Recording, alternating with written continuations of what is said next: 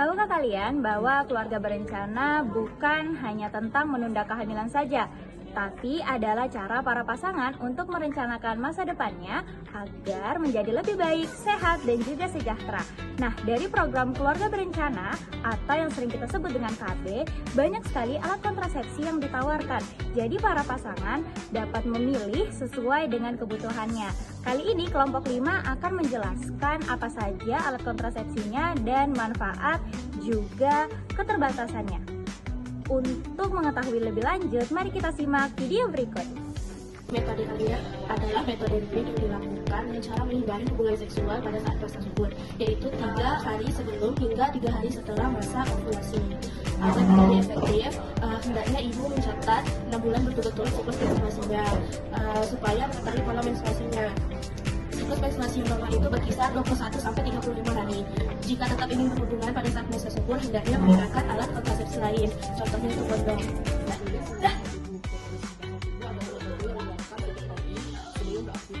Biasanya pada wanita akan mengalami sedikit peningkatan ketika sudah terjadi ovulasi. Nah, peningkatan ini biasanya ditandai bahwa tubuh sudah masuk ke dalam fase masa subur.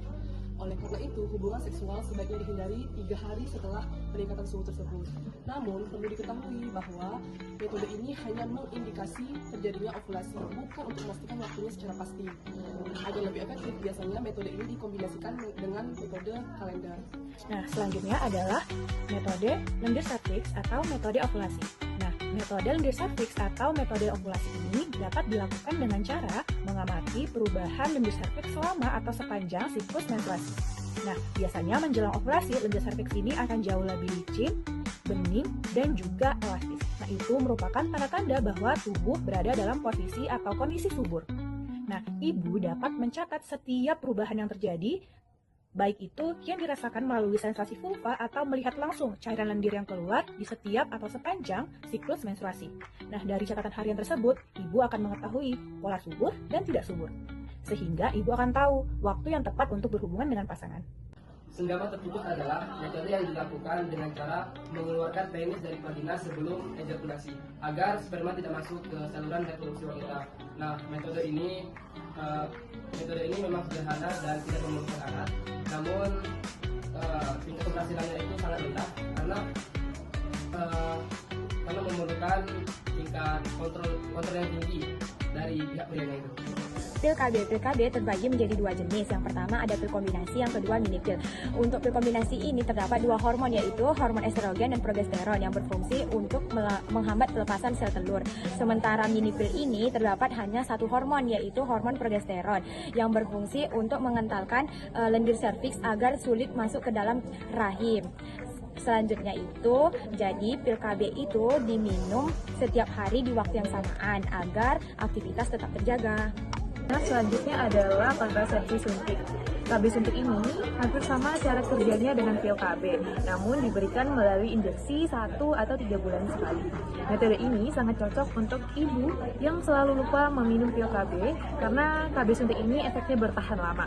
Nah, metode ini tidak disarankan untuk wanita yang merokok dan memiliki riwayat gangguan pembekuan darah.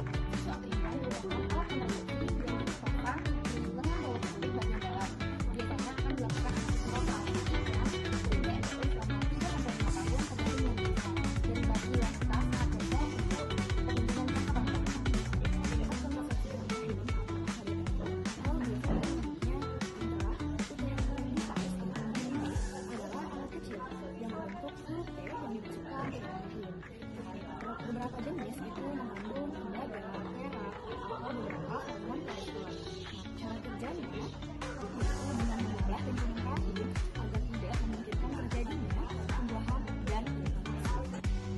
Metode operasi pria atau MOP atau nephrectomy dilakukan dengan cara memotong saluran sperma.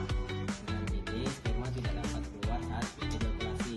Metode ini hanya dilakukan untuk pasangan yang tidak ingin memiliki anak lagi.